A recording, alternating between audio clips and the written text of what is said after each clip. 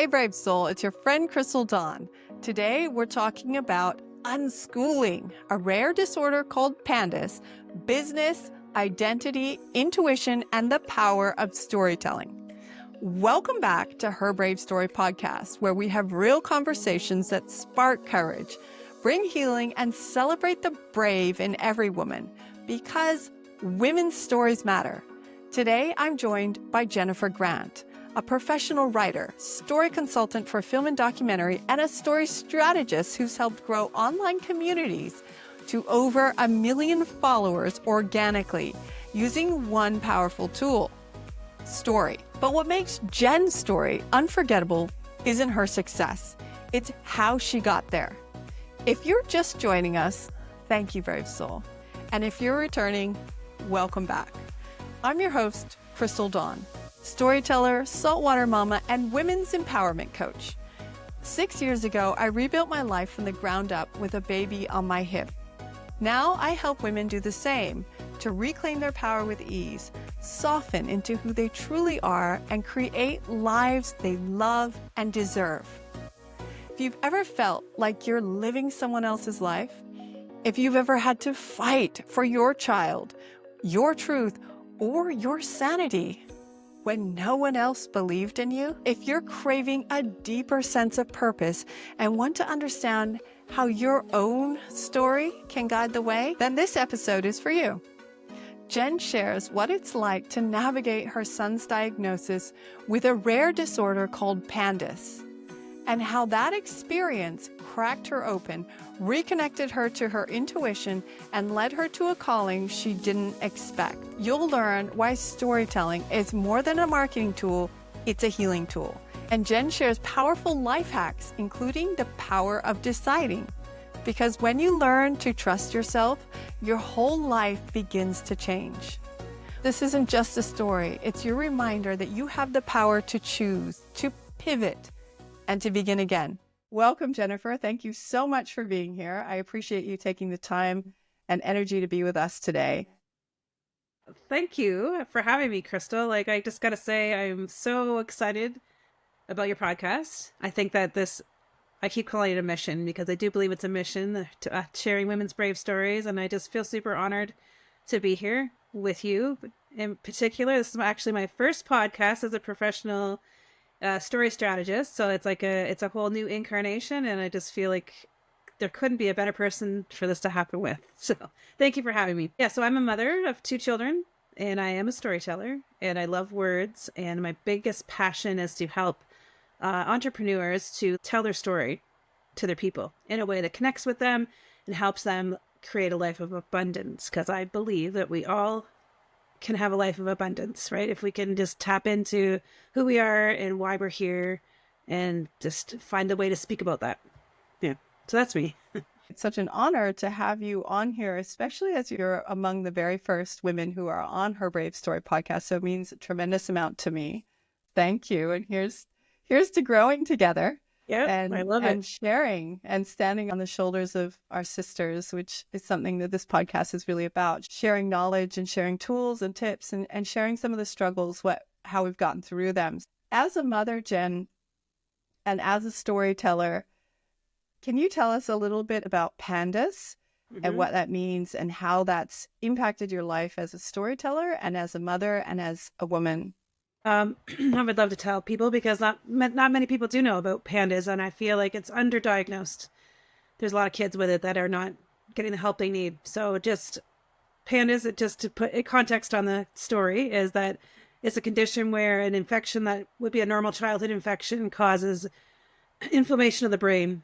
And somehow they don't really know, it breaks the immune system or the gut because we're just figuring out the gut and the brain are very connected.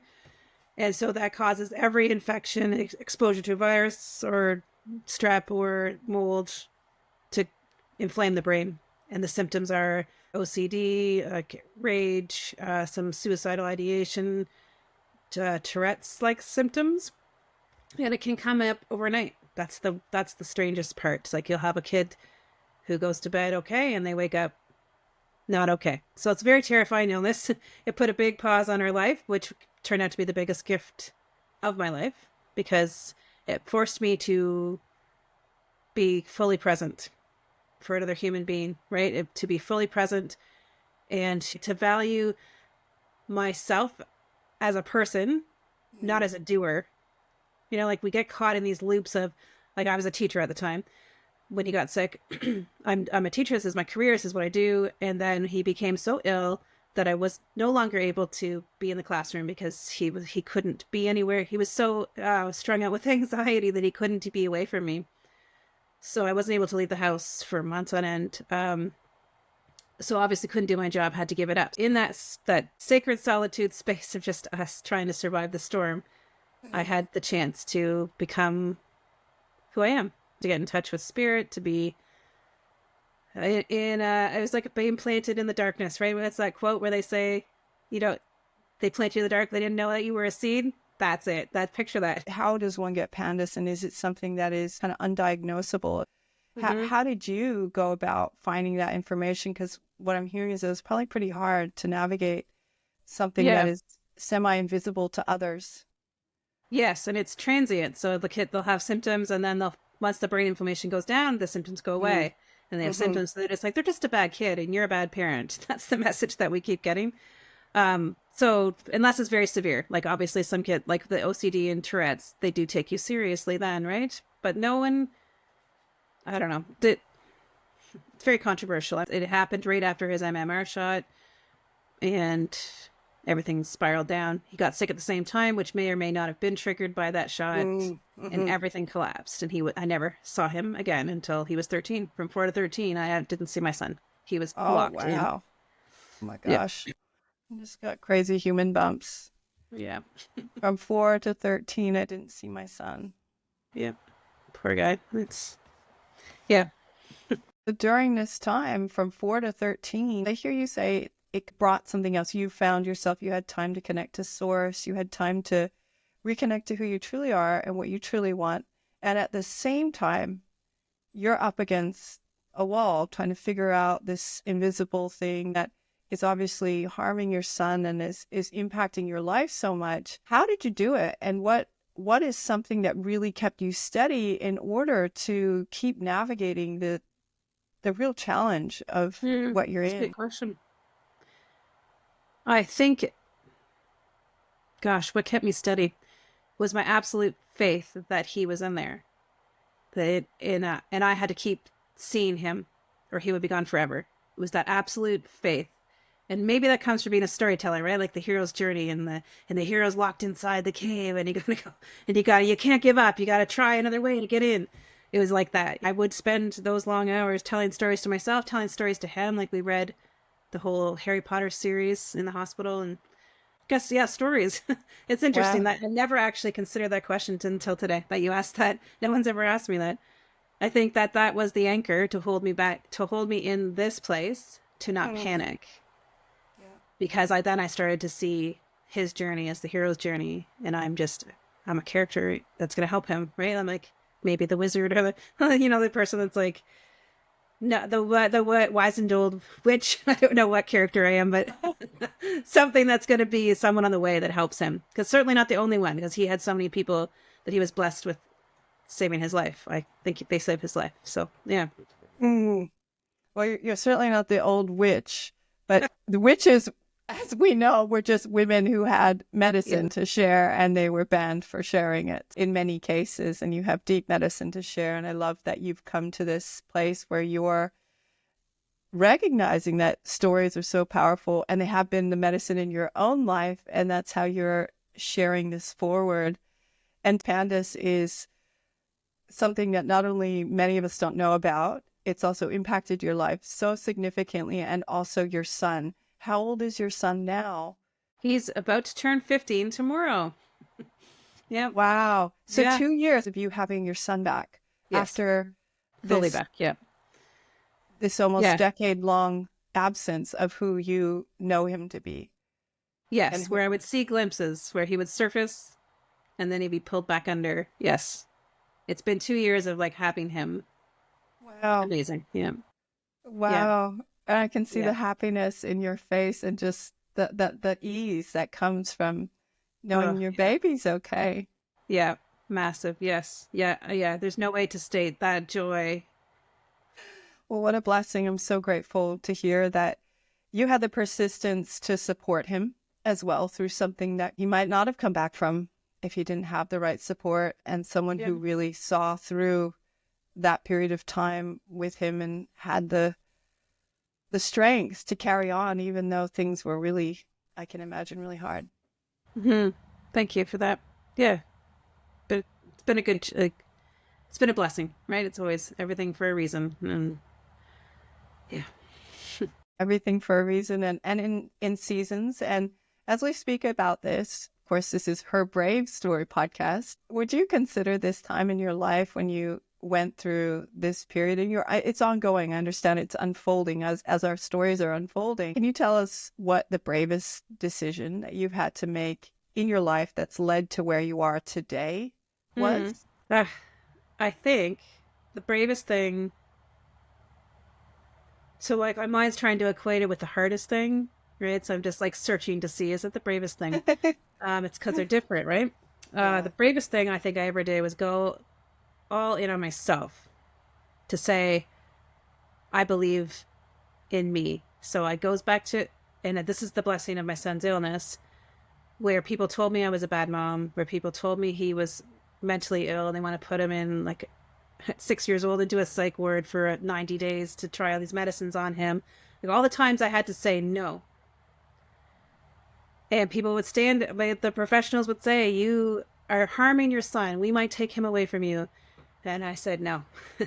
Because I knew as his mother, and I knew if with my knowing. So I think that's the first seed of really contacting that gift of intuition, where I was forced to, because it was for my son, right? When it's for ourselves, we often take longer. We don't to get arrive to that. But when it's your son's life in the balance, you go, no, I believe in me. I believe that I have this source that can tell me, connect to my son, to me, to whatever, and that's it, right? If you want to know, the bravest thing I ever did was just to make that choice. That is that's my compass. I decide, right? That's that I believe in me. Yeah. What a lesson and courage for all of us to believe in yourself with so much conviction that even when a doctor is saying something, even when you have people saying you're at risk of losing the most important person in your life, that you're able to navigate that and trusting that intuition or that inner Mm-hmm. knowing that says, this is a definite no, this is a non-negotiable. Yes, because it's hard, right? When Mm. people who are like your authority figures, for lack of a better term, tell you this is the way it's supposed to be, and you say Mm-hmm. no, that's like really hard to do. So, but I encourage it. Yeah. I, I do encourage it because we come with this knowing. We know, and you know when you've gone against it because your life just goes off course and you feel unhappy and confused, and you know when you're like on it. So yeah.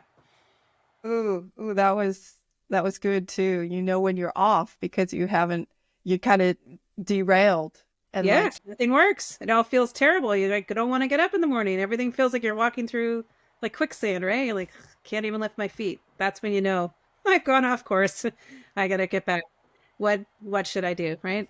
oh my goodness. Yeah, I'm sure that anyone listening can relate to that and have had moments of that in their life too, where they felt like they've been totally derailed and totally off course. In the moments that you have been like that, how do you get back on track? Yeah. Do you have a strategy, a tool? Is there something, is there a story that you use? Ah, Or... hey, is there a story? Um, is there a story? I don't know. Gosh, I wish I had one. Maybe I'll have one as I'm talking. Um, how do I do it? Like I think it's just like it's like a skill, right? Anything that we have to learn how to do to better ourselves, we have to practice and we have to do it messy. It's about deciding and seeing it through to the end. That's the only way to know. So it could just be I'm gonna go out on Friday night. I decided I'm going out Friday night, and you decided you can't change your mind. You had the thought, you may decided follow through, and then you might get there and be like, "This is terrible. I want to go back home." Then you decide just leave and go back home. Right? It's like listening to your inner self And then it becomes easier to contact her for the bigger stuff, right? Mm, Yeah. I I don't know. I don't love have a good that. story. I wish I did. No, I love that though. But that's the story, isn't it? Follow Yeah. through. Write the script. Be the hero Yes. or the shiro. Be the person in there. Run the experiment. I love that. Yes. Run the experiment. You'll never know. Like, yeah, it's definitely worse to never know, in my opinion, than to just get derailed. You're going to get derailed no matter what. So just go. Just run the experiment. I love that. I'm going to keep that. Tell us about your background in teaching and storytelling. I started teaching in my 20s. And so from there, I got convoluted journey into filmmaking, back to teaching, doing editing work, back to teaching. So at the time I started a family, it was when I was like, I'm going to teach because it's a stable career. That's what I'm going to do. I'm going to stop mucking around trying to be a writer in film and all that jazz. Get your steady paycheck. Let's go. And because, kids change your mindset. So, but I was forced back off that steady career because of his illness. And that really is a gift because it forced me to think outside the box, constantly having to try to earn income online. And that is how I ended up becoming a coach and then a story strategist because I had to find a way, looking for a way to make money online. But then I came across a way to actually make a meaningful life online. It's like, whoa, this is like the ultimate, right? I have total freedom to be with my son when he's sick and my daughter, and I can homeschool them and I can build a successful business online. It's been amazing. Wow, truly amazing. Living the dream to work online, to live online, and be able to care for the people you love the most and make a good living doing Yes. it. And I will reframe that. Jennifer is a story strategist. And I It's love okay. that. I Yeah. love that story strategist. It's Yeah. it's definitely different. So you're a storyteller, but you're also a story strategist. Yes. Yeah. Yeah. So that just means like I help you tell your story, right? And a part of that, of course, to run a successful business is to sell. But by telling your story to the people that need to hear it, you're ethically selling. We set up a situation where no salesy, no like bro sale or the hard sell gimmicks. Come into the dark room. If you don't Yeah, get this, exactly. you will struggle for the rest of your life. Yeah, you'll be in debt forever. Yeah. So, yeah, it's been amazing. I love it because that drive within us to help other people. I do think everybody has that, but they don't know how sometimes, right? So now I've found a way to help, and then it goes out from there like exponentially, right? If I help you, you're helping hundreds more women, or help this person hundreds more. And so to me, that just lights me up. It's what gets me out of bed in the morning, even on the days I'm like, oof, don't want to do this today, but let's go, right? The things that you post, the things that you share, you're constantly inspiring me. And I have been to some of Jennifer's trainings, and I can highly encourage anyone who is interested in growing your business, in understanding how to tell your story, and in strategizing your own story and success to check Jennifer out. We're going to have links in the show notes for her opportunities and where to find her. And that's coming up. But I just wanted to drop that in there. And it's like, I do know Jennifer Grant on a story strategy level and on a friend I base like as that. well. I'm so grateful to know you, Jennifer. And we've actually got to know each other virtually. We share another thing that we both have in our past, which was filmmaking Yes. in different aspects of it. I would love to hear more about teaching, filmmaking, helping other people tell their stories on a really big scale Mm. as well. Can you tell us about some of your successes in storytelling with filmmaking in particular Mm. and how that is shaping what you're doing now? For sure. Yeah. So like some of the best stories I've had the good fortune to be involved with have been with director Billy Mintz. Check him out. He does amazing stories. He always finds like the strangest tales. So right for feature, and I help Yes. writers and directors shape their story with the format of movies. Right, it's got its Yes. thing to make people watch. But with Billy, I just helped with editing and getting his stories developed. Right, it's Mm-hmm. different with Mm-hmm. documentary. It's different, right? You're not writing the story; you're shaping it. Amazing stuff. Like I've been super fortunate. It's been great, and got to teach a bit of film in Toronto when I moved there for a bit in an arts high school, which is yeah, it's interesting to talk this stuff out loud because you start to see patterns in your life, right? You're like, wow, it all led here. Yeah. Weird. Yeah, absolutely. Absolutely. And the reason that I bring up the filmmaking in particular, because we're talking about stories that go out to the world to be judged by everyone in the world. It takes a lot of courage to put a story out, especially a personal story. And for those of us who are learning how to tell new stories, learning how to create new stories is something that I'm passionate about too, for women to be able to create a new story. Take a new line. You know, in surfing, we have like this idea that you take a line on the wave and you take that line, you ride it out, and you can change your line as well. And that's what I'm hearing is that, you know, you start in this direction and then you see that these skills are transferable. You want to still help Yes. people tell stories on a big level. And so you continue to do that. And you've also helped people grow organically their own businesses. And the one in particular I'd love to highlight is that you grew this platform from almost nothing to 1.4 million followers Yeah.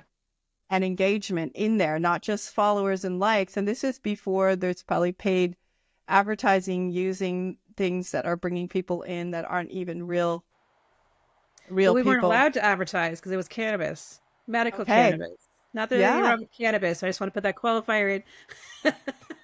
I'm not a dealer. Um, yeah, it was medical cannabis. So on Facebook at the time, and in Canada as well, it was also illegal. It's now legal since 2018. That's where I live and where the company originated from. But back in 2016, all illegal. Like you could get a medical prescription, but it was very like I don't know, judged, I guess, is the for lack of a better term. So never Yeah. able to advertise. So I had to rely on storytelling to build the organic marketing because paid marketing did not exist. So we did that with telling stories of the people who, which is also a whole thing on its own because you're not allowed to say certain things because you can't say it's helping them. You can't say it's healing them. It's a whole little game you have to play with Facebook. But them telling their own stories about how cannabis changed their arthritis, their cancer, how it did things that helped their body, helped their symptoms. Yeah. Just to clarify, these are natural healing methods for people who Yes. have serious long-term illnesses and even chronic illnesses that could have been fatal. Or getting Mhm. over addiction to opioids. Like a lot of people use Yeah. cannabis to do that, and their stories are Wow. incredible. Like, Yeah, yeah, wow. yeah. Wow. When I hear you talk about how you had to share stories in a constrained way because there are parameters for how you're going to do this is also exercising a strength, isn't it? There are many of us who are censored in certain ways because of hmm other external factors in our life. And I want to speak to that. Anybody in the audience who might feel constrained by something in your life, whether it's a co-parenting situation, maybe it's a familial situation, you have something going on in your family, maybe there's something else in the perimeter that's going on that you have to censor and be aware of and have boundaries around so that you can't actually really speak about it and unpack it, but hmm yet you are delivering a service or you're a person in the community. So how can you give us some tips on how you're able to do that and what people can do for their own hmm self-worth and well-being to not just squash yourself and become small and invisible and yet be diplomatic and sensitive to these constraints and still get your message across? Wow, that's a loaded question, Crystal. Let's Sorry. see. Um, I love that question. Many parts to it. So let me see. I number one, I think if I frame it in a storytelling framework, that your story matters. You have something in you that is so important that people need. So that's the thing. So no matter what constraints are around you that are saying your story doesn't matter, you can't tell your story. You can't tell your story like that. That is all just static outside noise. That's things that are trying to prevent you from stepping into your own power, right? So I guess that goes back to the original conversation about your inner knowing, right? Practice deciding putting a boundary down, practice deciding like saying no, practice deciding that you're gonna write that thing, you're gonna make that piece of art, you're gonna do that music, you're gonna make the podcast, you're just gonna go, you're gonna do a messy, you're just gonna go and you're gonna do it because It is messy the whole way. It's messy. Even when you reach pro level, it's messy, right? There's always the next level of personal challenge. So I guess, yeah, I would say never feel small, never feel that your story can be held down or censored by anybody, because they can't. There's always a way to tell it. They'll go back to the core of the emotion and decide. Like that's Oh, so powerful. And creating this podcast was to not only spotlight women like you, Jennifer, who have taken bold steps in their lives, but also to be able to seep more in your medicine myself. So everything you say is really coming to me in a strong way too. And I imagine it is for our listeners right now who are hearing this maybe for the first time, that you don't have to be small. You don't no. have to be underneath it all. You can still find a way to bloom in the sidewalk. You definitely can. You definitely can. And with the eye on, you don't belong in the sidewalk crack, right? You belong in the whole field. Yeah, with the other flowers and the Yeah. plants and the bees. And yes, and on that note, with this whole, I mean, because what we've been really talking about, we've been going on a journey together.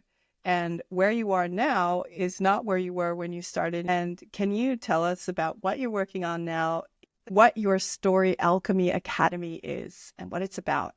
Absolutely. I would love to. Thanks for the opportunity. So basically, it's a place where people come who are online entrepreneurs, and I tend to attract coaches, but that it's not limited to that. It's anyone who has to do their business through online. So you have to find a way to reach your customer online or your clients, so that you come to the academy to learn how to tell your story in a way that connects to them. So I always say the pain, the catalyst, and the dream. That's what you're always talking about. That's the human condition, like how we're suffering, what's going to make us get off our butt, and where do we want to go. So you use your story to inspire your customer, and it doesn't matter if you're selling like hand cream. It doesn't matter if you're selling your coaching program. All of these things fill a need in a human. So I teach you how to tell a story, and then we move from there. We do copyright, we do events, we do whatever storytelling needs that you have. So super passionate about finding the way in. That's what I'm all about. Telling the story, listening to your story, and let's find the way into how to reach your people. That the academy is. Yeah. Finding the way in. And for people who have and are in your Story Alchemy Academy, can you tell me some of the results that they've had? Like what does it mean when somebody's able to tell their story, an authentic way of telling? Because what I'm hearing is it's an authentic, really heartfelt way of coming to your service or your business or your offering and connecting to that story that's actually going to connect to other people. What's possible then? Total freedom. Total freedom. That's what people always say. They're like, "Oh my gosh, I used to hate coming online. I hated social media. I didn't know how to tell my story." This sets you free. You will like be able to tell a story about anything. You get this chapstick, and then you're gonna tell a story about it. This highlighter, you're gonna tell a story about it. It sounds absurd, but it's not, because you'll start to pop. You'll start to see your value in your space and how to connect, and then everything around you goes in that one direction. So that's the results you get. It's amazing. It's super amazing to watch. I love getting those messages for like, yes, I'm so happy. I thought I hated it. Now I love it. Yeah, it's awesome. What I've seen and know about your work is that you're really helping people who might be on the brink of despair as well, having tried a lot of things with advertising, whether it's paid or organic.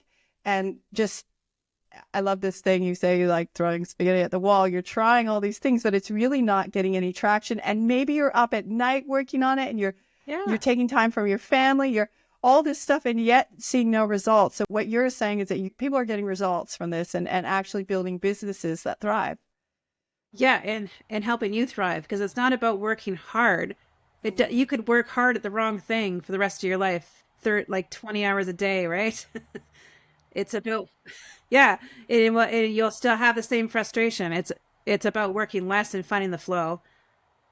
That's it. That's it. If I had to put it in that shell, yeah, finding your flow until you're working less. Like that's amazing. Oh, I love that. I love that. And we're going to have in the show notes, but I'd love to know right now, like, where can people find you Mm, good question. online? Right now, I am on Facebook. I think the easiest way to find me is through the group, which is at Your Story Alchemy. So you just type in at Your Story Alchemy and join us, and I'll be happy to help you get on your way. Beautiful. And this is a free group at Your Story Alchemy. It's on Facebook. It's a Facebook group. It's a private group, but it is free. So once you go to join, you can join without any charge. And that Yeah, you're going to be. tons of resources. Yeah. Jen, is there a song that you have or an anthem that's your go-to song? Because we're building a Spotify playlist here for Her Brave Story podcast for those who want to get Awesome. in state and on the road or on the jog or on the walk, wherever they are. So could you tell us what your go-to song or anthem is right now in your life? Yeah, this is my favorite question, actually. My walk-up song is Uptown Funk. Oh, Dun, dun. I love the one. Don't believe me, just watch. Yep. Yeah, yeah, I yeah. love that. The Don't one. believe it. Let's watch. Watch this Yeah. space. Every time I got an event, I play that. I'm like, don't believe me, just watch. Just gets me really hyped up and joyful. Yeah. I love that. I love that. So good. Thank you. Thanks for asking. I'm just going to have it in my mind now for the rest of the day. Uptown Funk you up. Anyways. Yes.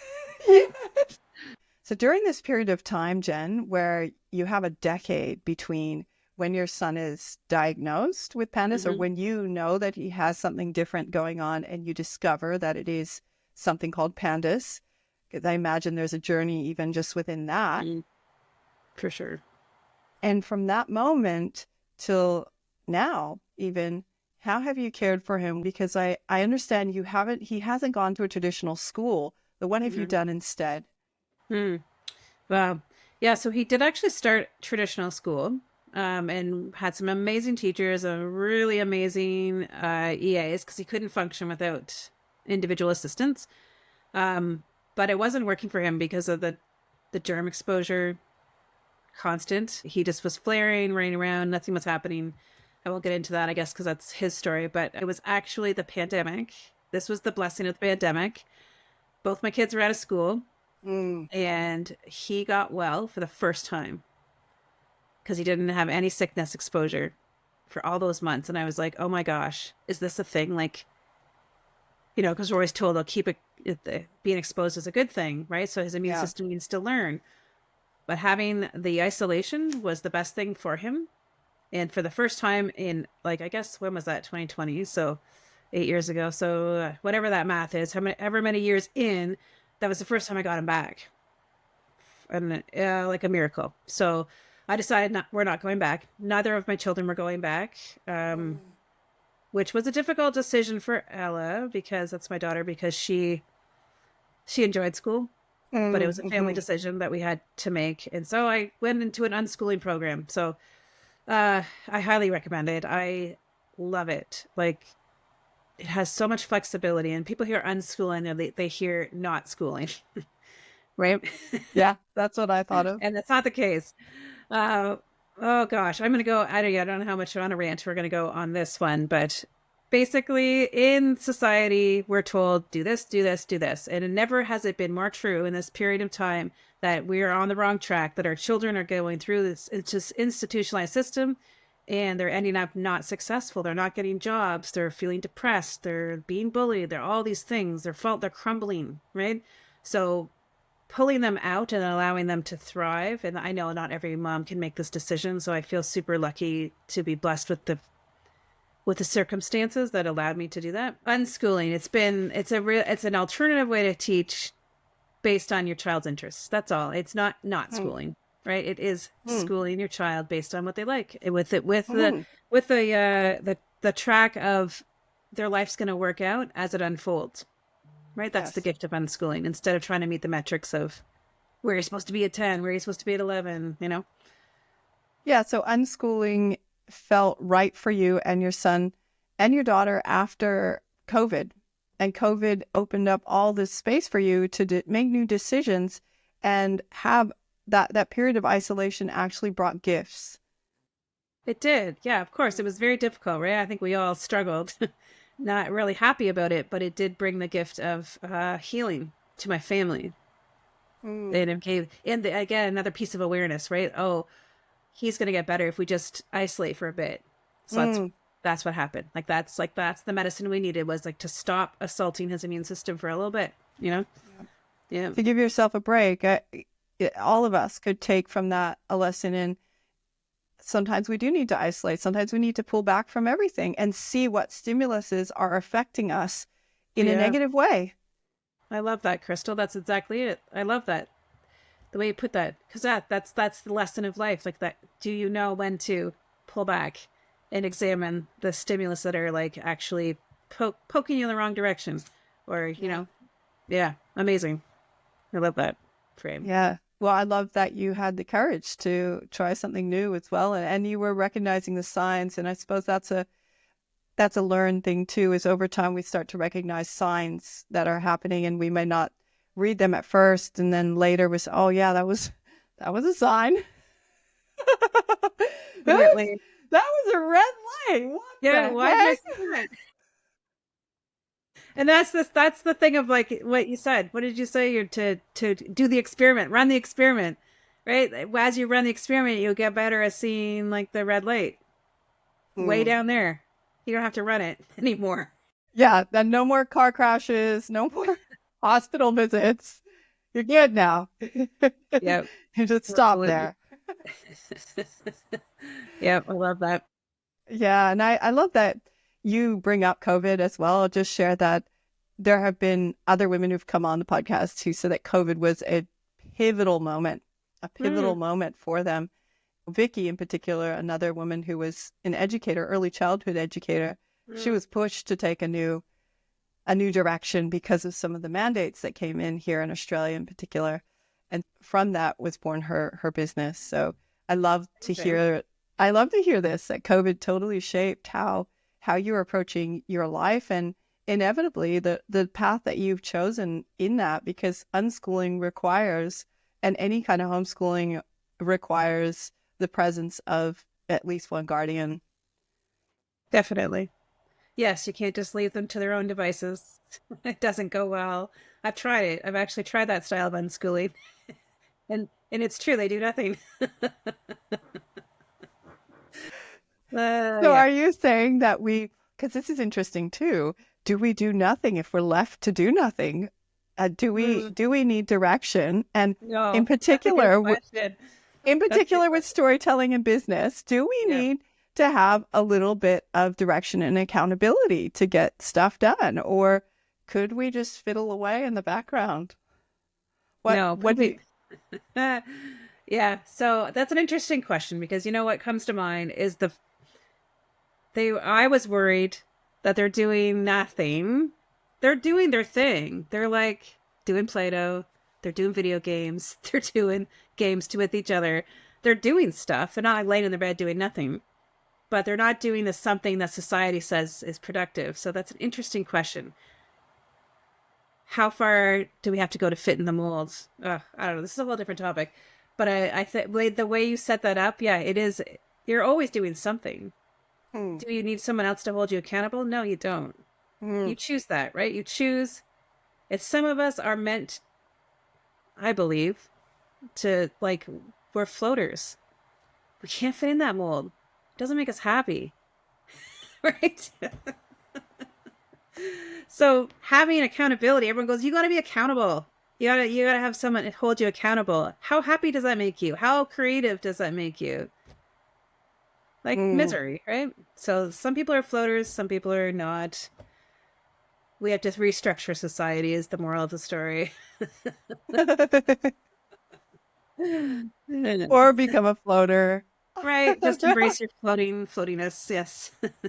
What I'm hearing is the floating floatingness isn't the doing nothingness and isn't the not becomingness. The floating floatingness is actually if we bring it back to what you said earlier about the flow, it's actually about flowing with the flow, like Yes. picking that line, drawing that line, going with it, and gaining momentum as you go, because you're dropping into that state where it's actually all just naturally happening instead of the forcing of it happening in the time frame. Okay, it's 11 o'clock now. It's time to do this. And which really works for some people. And so what I'm hearing is the floating people, we're going with the flow people. Yeah. You're the magic people. You're the people that know how to find your way. It's magic because the people that are living rigid are kind of like, they may never see their true potential because they don't have the courage to follow the line, right? Like you said, like get on the line, follow it, see where it goes, see where the wave takes you. Like, yeah, amazing conversation. Actually, I could talk about this for a long time. Yeah, it's so important to embrace your nature. How do you want to live and find a way to do that? That's the brave move, right? That's the courage. Yep. Oh, I love that. I love everything you have to say, Jen, and I could talk to you for hours too, and I want to. And that's another reason to check out Story Alchemy Academy so that you can get closer to Jen and that you can learn more of her wisdom.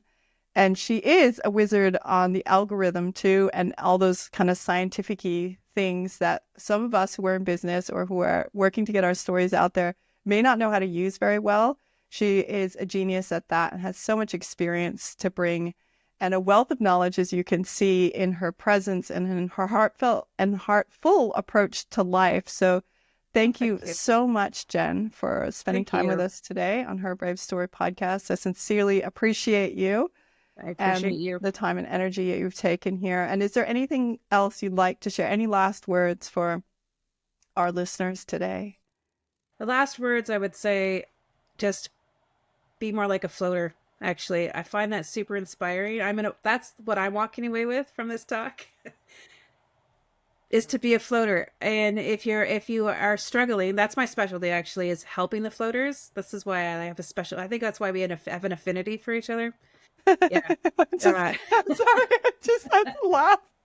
There's so many different visuals of floaters.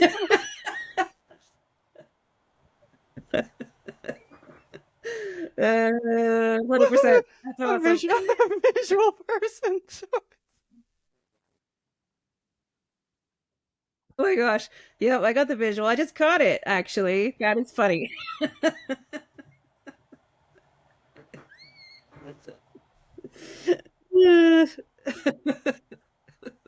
So that's really meaningful. If you have just tuned in, you missed some really good stuff, like life-changing. Oh dear. Yeah, oh my gosh. I wouldn't describe you that way. Now I'll have to go back and introduce you again. This is Jen. She helps floaters. Oh, I'm gonna pee my pants. You better. She helps floaters like you and I find their way. If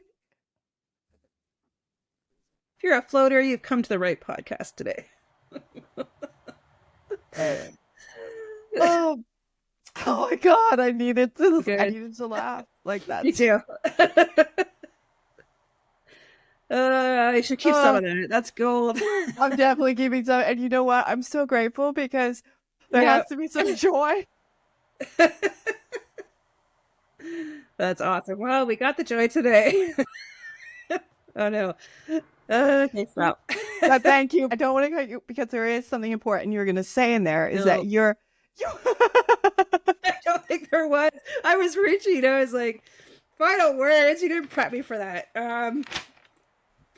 Let's talk about floaters. Oh my gosh. Thank you, Jen. Words would be to laugh. Find a way to laugh. Find a way to laugh, right? That's the bravest choice you can make, is laughing. It sure is. And thank you. Thank you. Thank you for being here. If you've just tuned in, please go back and watch or listen to this episode, because if you need a deep belly laugh, if you want to find out about how to tell your story better, what PANDAS is, what unschooling is, and how you can live your life more on your terms, then do so and share this with somebody who you love and care about. Thank you so much, Jen. So thank you. It's been wonderful. And thank you to all the listeners who are here. We're sending out our love to you. And this is Her Brave Story Podcast. Awesome. Bye, everybody. Bye. Thank you so much for joining our circle today, Brave Soul. It was a joy being with you. I trust that these lessons and courage spark something within you, helping you to grow your greatness and reminding you you're not alone. If this resonated with you, please share it with someone you love. And if you feel called, subscribe, leave a review. This helps us amplify the voices of women rising and keeps our circle and podcast thriving. To go deeper and to connect, head over to herbravestorypodcast.com, where you'll find the show notes with links to Jennifer Grant's Story Alchemy Academy, special discounts from our partners, free resources, and so much more. If you've ever dreamed of starting your own podcast, this episode was recorded, edited, and produced using Riverside FM. It's my go-to platform that makes podcasting feel easy and professional. You'll find a special link in the show notes if you want to explore it yourself. I'll be right here waiting for you next time you hit play with a smile and your weekly dose of Her Brave Story, because women's stories matter. Until then, remember that you're worth it and thrive on, brave soul.